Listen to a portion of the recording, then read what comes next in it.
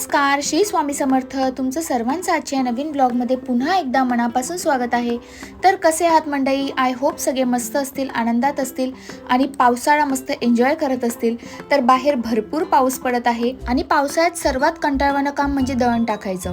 माझं सुद्धा ज्वारीचं दळण संपलेलं होतं, म्हणून मी इकडे आता ज्वारी व्यवस्थित स्वच्छ करून घेतली आहे आणि आता मी दळणाचा डबा रेडी करत आहे.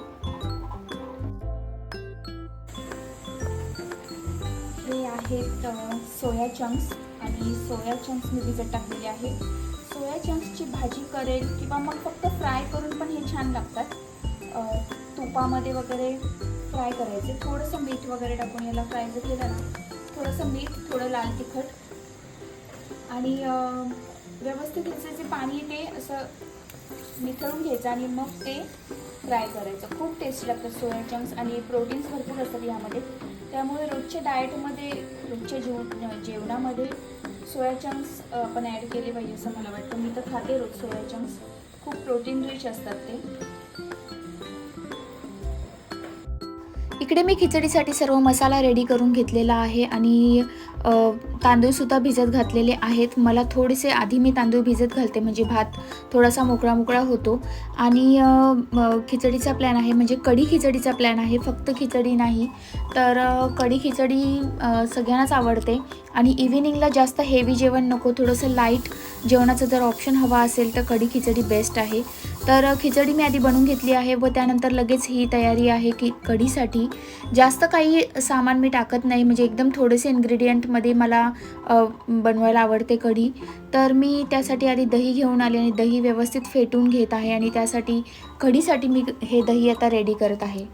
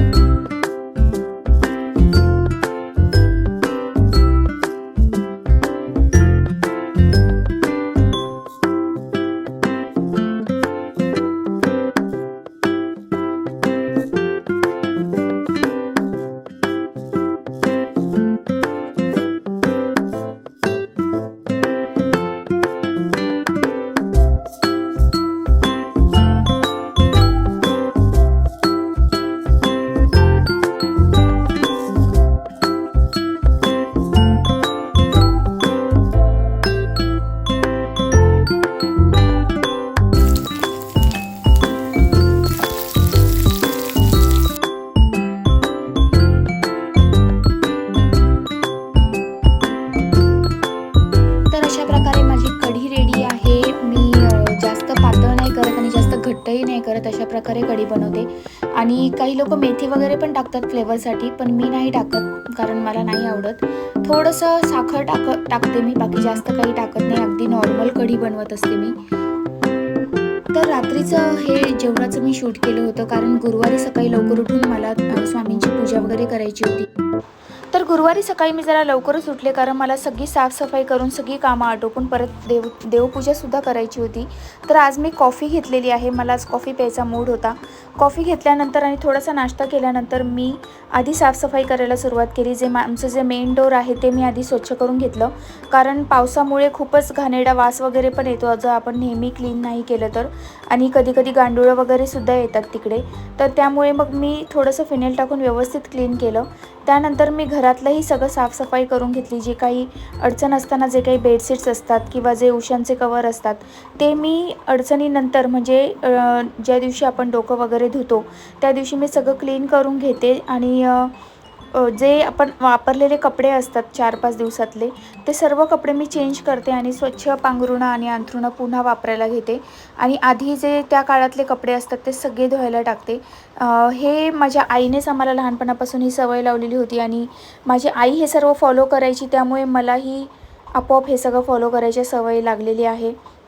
आणि स्वच्छही वाटतं आपलं स्वतःलाच की जेव्हा आपण असं सगळं चेंज करतो, नवीन सगळे कपडे वगैरे अंथरतो तेव्हा. आणि ह्या सर्व गोष्टी फार महत्त्वाच्या असतात कारण घरात या सर्व गोष्टींमुळे बरकत असते.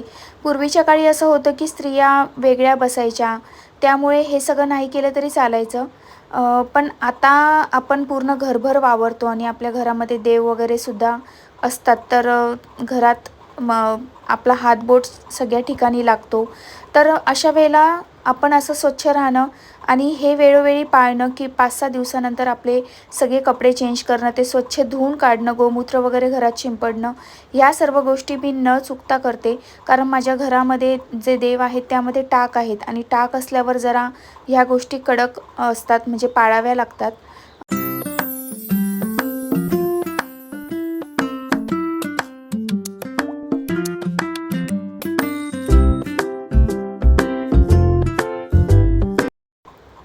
आमचे 2 बेडरूम आहे, तर दोन्ही बेडरूमचे सगळे अंथरुणं पांघरुणं मी चेंज करून घेतली, सगळं आटोपून घेतलं.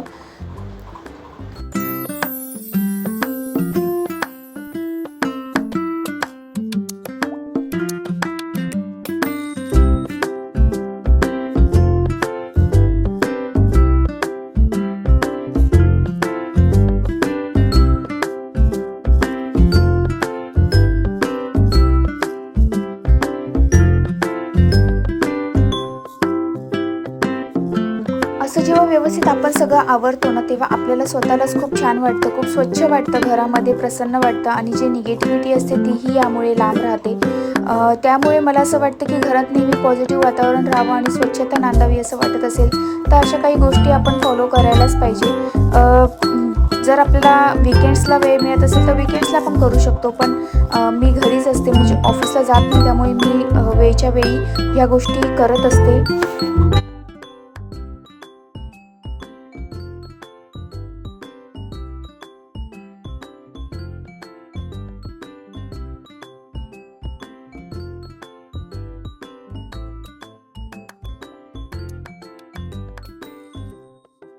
अजून एक महत्त्वाची गोष्ट म्हणजे लादी पुसताना त्यामध्ये थोडंसं हळद, मीठ आणि गोमूत्र टाकून मी लादी पुसते. तसेच आता पावसाळा आहे त्यामुळे थोडंसं फिनेलसुद्धा मी त्या पाण्यामध्ये टाकते. यामुळे माशा वगैरे घरामध्ये येत नाही आणि गोमूत्र आणि मीठ आणि हळद जर टाकून आपण लादी पुसली तर निगेटिव्हिटी त्यामुळे घरात येत नाही. आणि शक्यतो ह्या 5 दिवसाच्या विटाळानंतर तर मी हे सर्व करतेच.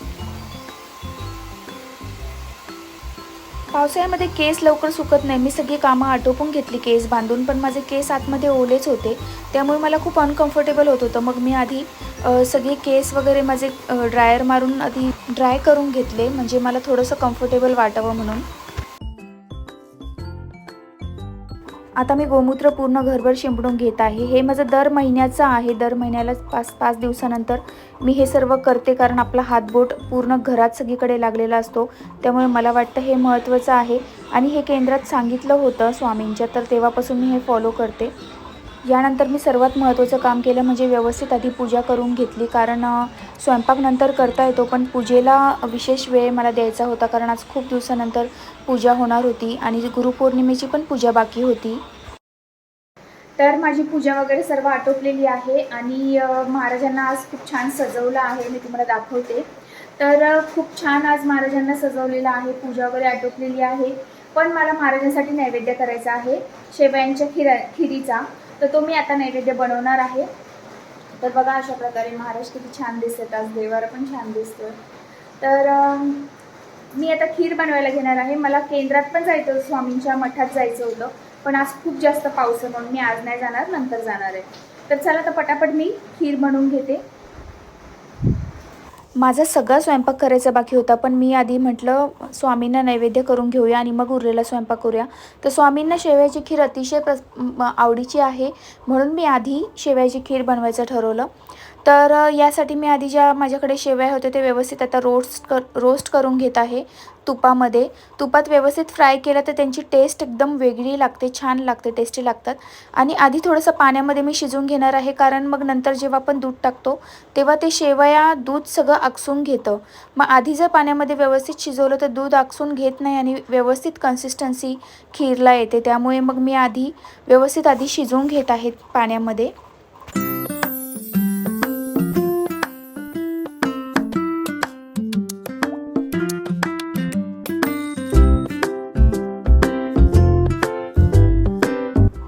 खीर जवळजवळ 70% शिजली की मग मी दूध टाकते, म्हणजे खिरीला जे कन्सिस्टन्सी असते ती अगदी व्यवस्थित येते. आणि त्यानंतर सर्व ड्रायफ्रूट्स, साखर आणि जो सुकामेवा वगैरे आपण असतो तो सर्व जे काही तुम्हाला टाकायचं ते तेव्हाच टाकू शकतो आपण. माझ्याकडे केसर सिरप आहे त्यामुळे मी केसर सिरप टाकते व त्याचप्रमाणे माझ्याकडे वेलची पावडर पण होती, पण ती मी यानंतर ती पण टाकून घेतलेली आहे. तर अशा प्रकारे माझी खीर आहे ती रेडी झालेली आहे. जर आपल्याला वाटले की आपली खीर अजूनही घट्ट आहे तर आपण वरून अजून अशा प्रकारे दूध टाकू शकतो आणि कन्सिस्टन्सी योग्य होईपर्यंत मग आपण उकळून घ्यायची आहे आपली खीर. तर अशा प्रकारे माझी खीर रेडी आहे. मी आता ही खीर बाउलमध्ये काढून घेत आहे कारण मला स्वामींना नैवेद्य दाखवायचा आहे. खरं तर गुरुपौर्णिमेलाच मला हा नैवेद्य करायचा होता, पण हरकत नाही, आज पण गुरुवारच आहे तर म्हणून मी आज नैवेद्य केलेला आहे. तर आय होप स्वामी ते नैवेद्य स्वीकार करतील प्रेमाने केलेला. तर मागच्या व्हिडिओमध्ये मी तुम्हाला सांगितलं होतं की मी जर कोणता ड्रेस ऑनलाईन फ्लिपकार्टवर वगैरे मागवला आणि तो जर मी घातला तर त्याची लिंक मी तुम्हाला डिस्क्रिप्शन बॉक्समध्ये देईल. तर हा तो ड्रेस आहे. हा मी फ्लिपकार्टवर मागवला होता. मला वाटतं काहीतरी 500पर्यंत हा ड्रेस, 500 किंवा 550पर्यंत येईल हा ड्रेस. आणि खूप छान आहे याचं फॅब्रिक. कपडा एकदम सॉफ्ट आहे आणि 100% कॉटन नाही आहे हा, पण मिक्स आहे थोडासा, पण एकदम कम्फर्टेबल आहे. म्हणजे तुम्ही घरात कम्फर्टेबली वावरू शकता हा ड्रेस घालून. मला तर खूप कम्फर्टेबल वाटतो त्यामुळे मी घरात मोस्ट ऑफ घालते. तर तुम्हाला हवा असेल या ड्रेसची लिंक तर मी डिस्क्रिप्शन बॉक्समध्ये दिलेली आहे, तुम्ही जाऊन चेकआउट करू शकता. मी अजून पण बरेच ड्रेस मागवले आहेत. 2-3 ड्रेस मी अजून मागवले आहेत आणि ते 2-3 दिवसात येतील. आल्यानंतर मी त्याचा पण रिव्ह्यू तुमच्याशी शेअर करेल. ज्या ताईंना बघायचा होता रिव्ह्यू किंवा ज्यांना इंटरेस्ट आहे नवीन नवीन ड्रेसेसच्या शॉपिंगमध्ये आणि ऑनलाईन शॉपिंगमध्ये, त्यांच्यासाठी खूप इन्फॉर्मेटिव्ह ठरणार आहे हा व्हिडिओ. तर मी जे ड्रेसेस ऑर्डर करणार आहे त्याचा रिव्ह्यू मी त्या व्हिडिओमध्ये देईन आणि हॉलही मी घेऊन येणार आहे तुमच्यासाठी. आणि मी अजून एक तुम्हाला सांगायचं होतं की मी वॉचेस पण ऑर्डर केले आहे. मला वॉचेस खूप आवडतात.